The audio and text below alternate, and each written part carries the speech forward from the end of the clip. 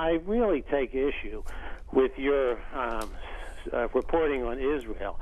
You vilify Israel and vilify Israel and vilify Israel. And I'm glad you pointed out this afternoon earlier, how objective you are, because when Prime Minister Netanyahu spoke to the joint session of the Congress a year and a half ago, he got 20 or 30 standing ovations. 20 or 30 standing ovations by the members of Congress. When Democracy Now! Reported on it, it was not objective, Amy. What you said was something to the effect of Prime Minister Netanyahu shouted down by a pro-Palestinian demonstrator. One woman got up and started yelling "Free Palestine," and she was, not in the Arab countries, she would have been carted off and thrown in jail and beaten and raped. But in the United States and Israel, they don't do that. They just took her off and, read her rights and let her go. And your reporting was that that Netanyahu was shouted down by a Palestinian demonstrator, not that he got 20 or 30 standing ovations. Do you remember that? Let's get a response. Well, I want to address the larger issue that you've raised, which is a very serious one, and it's covering the Israel-Palestine conflict. How important it is to bring out the voices across the political spectrum.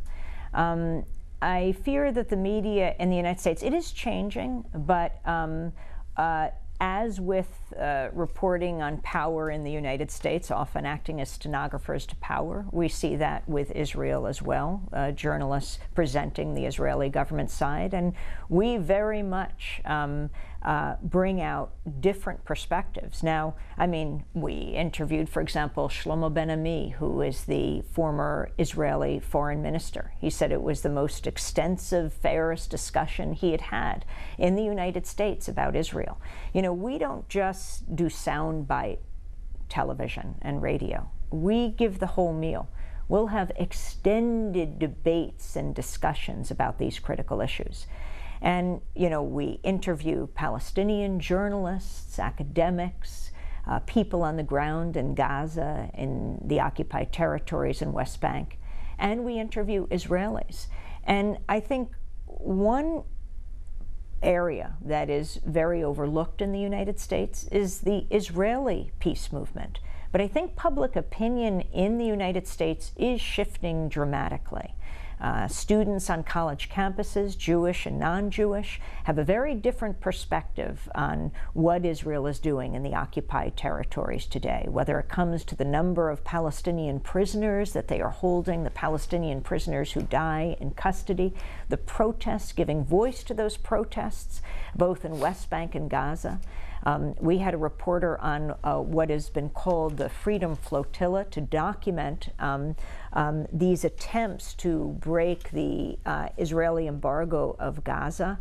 And what does it mean to be on the ship? As with other journalistic organizations, sadly, when the Israeli military brought the ship ashore, they took all of our reporters' equipment, computer, camera, and this was more than a year ago, and they've just said they're not going to be returning it.